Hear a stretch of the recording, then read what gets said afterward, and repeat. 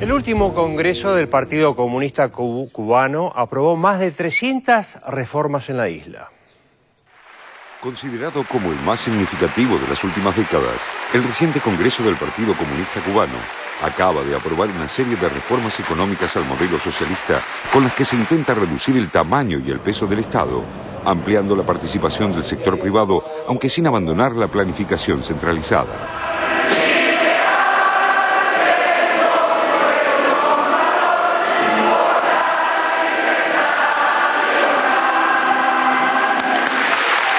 Durante varios días, cerca de 1000 integrantes del histórico partido evaluaron en comisiones las conclusiones del debate y análisis popular que, desde diciembre pasado, se llevó a cabo en toda Cuba a través de organizaciones políticas, sociales, centros de trabajo y comunidades. La responsabilidad que tenemos los 1000 delegados que estamos aquí en los documentos y sobre todo en este documento que vamos a aprobar.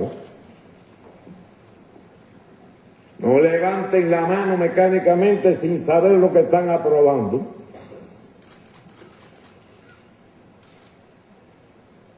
No hago defensa de una idea ni de otra. Oriento, aconsejo que piensen. El informe final, aprobado por el Congreso, contiene 313 lineamientos que, en su conjunto, apuntan a la descentralización estatal, junto con el límite a los mandatos de gobierno propuesto por el presidente Raúl Castro. Al respecto, hemos arribado a la conclusión de que resulta recomendable limitar a un máximo de 2 periodos consecutivos de 5 años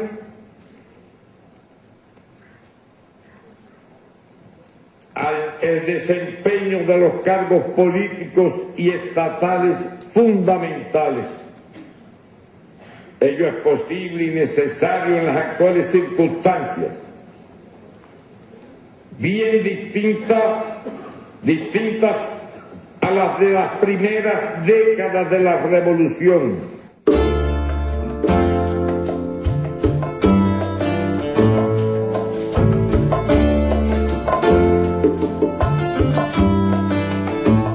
Algunas de las reformas aprobadas fueron largamente esperadas por el común de los cubanos, entre ellas la legalización de la compraventa de vivienda entre privados y la libre compra de automóviles.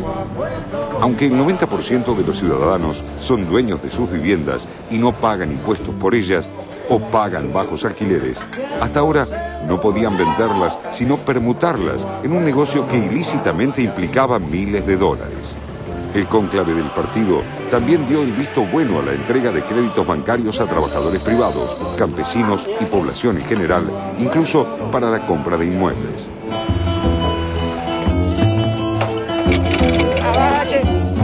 Sin embargo, la base de las reformas impulsadas por Raúl Castro radica en la agricultura.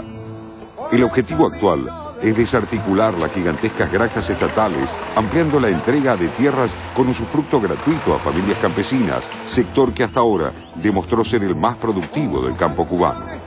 La agricultura de la isla produce apenas el 20% de las necesidades alimentarias de la población, lo cual obliga al gobierno a invertir 1.600 millones de dólares anuales en la exportación de alimentos. Los pequeños campesinos, en forma individual y a través de cooperativas, producen utilizando el 20% de las tierras más que todas las granjas estatales juntas, debiendo lidiar con la falta de insumos y herramientas y las resistencias de los administradores de los establecimientos agrícolas del Estado. El Congreso recomendó revisar además la política impositiva, criticada en los debates populares previos, y solicitar que su implementación se adapte a cada territorio según el desarrollo económico que presente.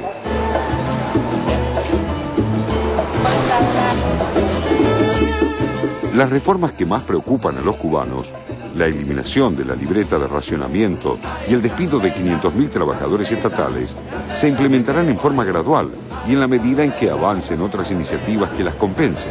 Solo así el Partido Comunista de Cuba podrá estar en condiciones de ser para todos los tiempos el digno heredero de la autoridad y la confianza ilimitada del pueblo en su revolución y en su único y en su único comandante en jefe, el compañero Fidel Castro Ruz, cuyo aporte moral y liderazgo indiscutible no depende de cargo alguno. Horas antes de que se aprobaran los lineamientos, el líder Fidel Castro publicó una reflexión en donde afirmó que la nueva generación está llamada a cambiar sin vacilación todo lo que debe ser rectificado y cambiado, anunciando posteriormente su declinación a ser reelecto primer secretario del Partido Comunista, cargo asumido por su hermano, Raúl Castro. La composición del partido también fue modificada.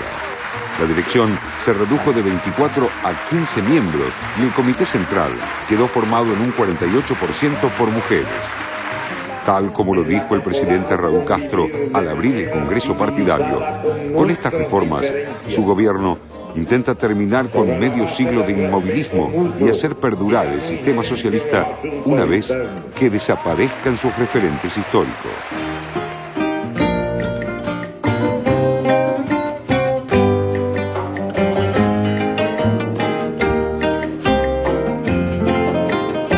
Veíamos imágenes del Partido Comunista, del Congreso del Partido Comunista, y para conversar un poco más en profundidad decidimos invitarlo a Néstor Cohen.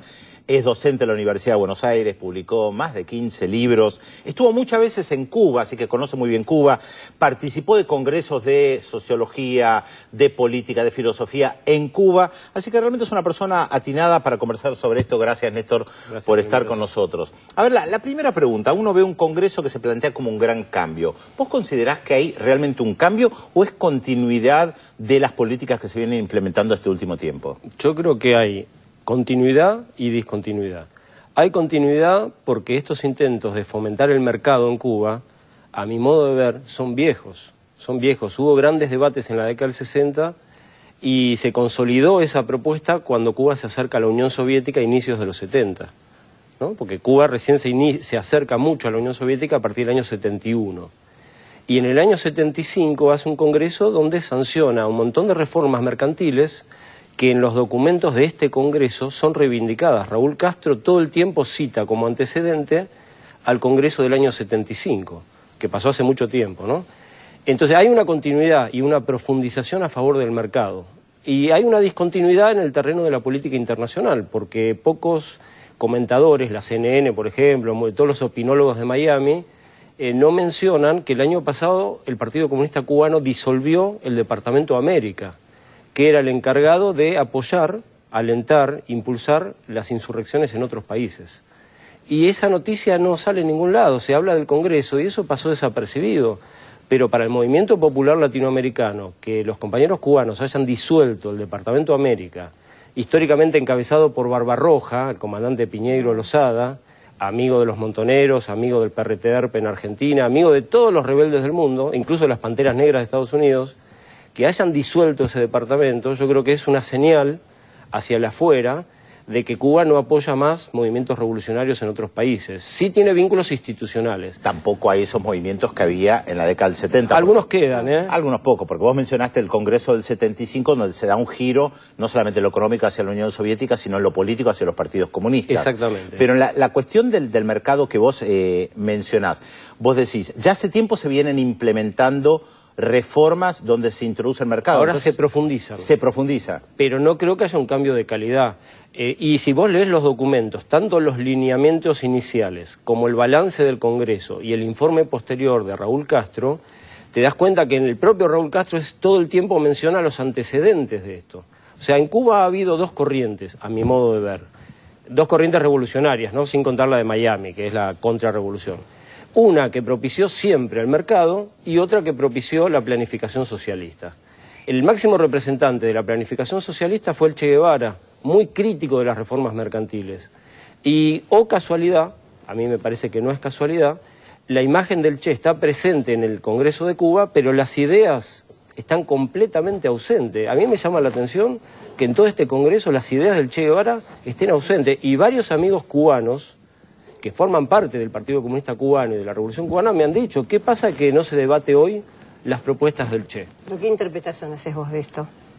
Y a mí me parece que entre esas dos corrientes que históricamente convivieron en Cuba, porque en Cuba hay un partido único, pero hay muchas corrientes. Hay debate. El que conozca Cuba sabe que no todos los cubanos piensan lo mismo, y se pelean públicamente incluso, ¿no? Incluso hay un libro que se llama El Gran Debate, donde se recopilan todas las discusiones que hubo en temas económicos, donde un sector proponía lo que ahora se está implementando, un socialismo mercantil. No se le dice mercantil, se utiliza un eufemismo. Vamos a alentar los sectores no estatales, descentralizar el Estado. A ver, digámoslo, al pan pan, al vino vino, vamos a alentar el mercado. Claro. Y otra corriente, en cambio, era crítica. A mí me parece que ese debate, que fue público en los 60, que continuó en los 70... Néstor, pero no es anacrónico pensar en un debate sobre el mercado, o sobre muchos temas, pero sobre el mercado respecto al gran debate que hubo en el 62, 63, 64. Pasaron más de 40 años, el mercado cambió, la Unión Soviética no existe más, América Latina es completamente diferente, la tecnología cambió completamente. O sea, ¿cuánto se puede pensar en ese mercado o la figura del Che que en este punto concreto no vio todas las transformaciones que hubo en el mundo? Te lo respondo con mucha síntesis. El Che es una figura emblemática de rebeldía, pero también tiene un pensamiento en relación a estos temas que no se conoce dentro de Cuba y no se conoce fuera de Cuba. Y yo creo que si el mercado es lo nuevo y la planificación es lo viejo, yo creo que eso es una falacia. El mercado es mucho más viejo que la planificación. Decir que el mercado es la gran novedad me parece que es una falacia. El mercado no resolvió nunca ningún problema en ningún país del mundo, y menos en los que intentaron construir una sociedad distinta. Esto tuvo antecedentes en Yugoslavia, en Polonia, en Checoslovaquia y en la misma Unión Soviética, que desde la década del 20 empezó a implementar reformas mercantiles. Todas llegaron al fracaso. ¿Cómo terminó Yugoslavia? ¿Cómo terminó Polonia? Se disolvieron esas sociedades. Entonces yo creo que no es anacrónico decir la planificación socialista es algo del pasado, nostalgia, los 60, el mercado es la gran novedad. Yo creo que no es ninguna novedad y tengo una opinión crítica sobre estas reformas. Incluso amigos míos cubanos me lo han dicho, me han trasladado esa opinión crítica. Si me preguntaras qué se debatió en este Congreso, yo te diría que se debatió los ritmos de aplicación de un socialismo mercantil. ¿La vamos a hacer de golpe o lo vamos a hacer de a poco? Néstor, yo la pregunta que tengo es concretamente cómo se va a hacer para aplicar alguna de estas cosas, como por ejemplo el cambio en el tema de la tierra, de la propiedad de la tierra, o los cambios hacia un sector probablemente mixto entre lo privado y lo público. ¿Cuáles son las medidas concretas? Porque eso es lo que yo no termino de visualizar. Las medidas concretas es, digamos, abrir el orden jurídico a la inversión extranjera mucho más de lo que hay ahora y a el desarrollo de una propiedad privada local, que no en los documentos se utilizan una serie de eufemismos, de palabras elegantes, no se le dice nunca propiedad privada, se le dice, bueno, son formas no estatales, es una pequeña empresa. Claro. El problema es que toda pequeña empresa, cualquiera que haya estudiado mínimamente economía sabe, y el que conozca Cuba lo mismo, que toda pequeña empresa va a empezar a acumular capital. Sí. Y cuando crezca, ¿qué va a hacer el Estado cubano? ¿La va a reprimir? ¿La va a expropiar? Entonces, me parece que lo que se ha debatido en este Congreso es el grado de aplicación. ¿Lo vamos a hacer de golpe o lo vamos a hacer de a poco? ¿Y sabés cuál fue el resultado? Que se va a hacer de a poco, porque la gente protestó mucho. Hubo muchas protestas frente a estos lineamientos cubanos. Y el ¿Poco son 5 años? Bueno, es que lo querían hacer en 6 meses. Ah. En el lineamiento originario proponían, por ejemplo, desemplear entre 500.000 de personas y 1,5 millones de personas. Dejaban de tener empleo estatal, ¿y a dónde iban a trabajar? Lo que pasa es que no hay modelo, el tema es que no tiene modelo, tiene que inventar sobre el camino, porque no sirve ni el modelo ruso, ni sirve el modelo vietnamita, ni sirve el modelo chino, entonces tiene que crear... Hay un sector que tiene fuertes simpatías por el modelo chino y vietnamita. No podés comparar exactamente, China es con Cuba. otra cultura. La cultura de trabajo que tiene el pueblo chino no existe en el Caribe. Entonces... Aparte, un país de 1.300 millones de habitantes, con el más grande de la Tierra, es incomparable. Ahora, tengo otra pregunta, otra vez volviendo a la cuestión de las reformas mercantiles, si se le puede llamar así. ¿Reforma mercantil implica capitalismo? Yo creo que sí. Yo creo que sí. ¿Implica eso que abandonan el socialismo? Por lo menos en la retórica, ¿no? No quieren abandonar. El problema es que me da la impresión que la dirección cubana intenta salvar la revolución cubana con las mejores intenciones, y nosotros le creemos, pero busca una receta que es el mercado. Y yo creo que el mercado no va a resolver los problemas de estancamiento y de falta de productividad. Bien, Néstor, gracias por haber estado... Con todo respeto y cariño por la revolución cubana. No, por supuesto, está claro lo que estás diciendo. Gracias por haber estado con nosotros. ¿Mostramos un libro todavía? Mostramos el libro de Néstor Cohen, En la selva, ¿qué es, Néstor? Contar, si Los recuerdo. cuadernos inéditos del Che Guevara, capturados por el ejército boliviano. El Che no solo escribió su diario militar de campaña, escribió una serie de cuadernos de teoría marxista, donde discutía también el mercado. Bueno, esto está editado en Venezuela, pero próximamente, los próximos meses va a salir acá en Argentina. En Venezuela, ¿no? se reparte gratis, se regala el libro y en un mes y medio sale por el sello Amauta Insurgente en Argentina. Muchas Fantástico, gracias Néstor. Vamos a Gracias Félix. por la invitación. Dale.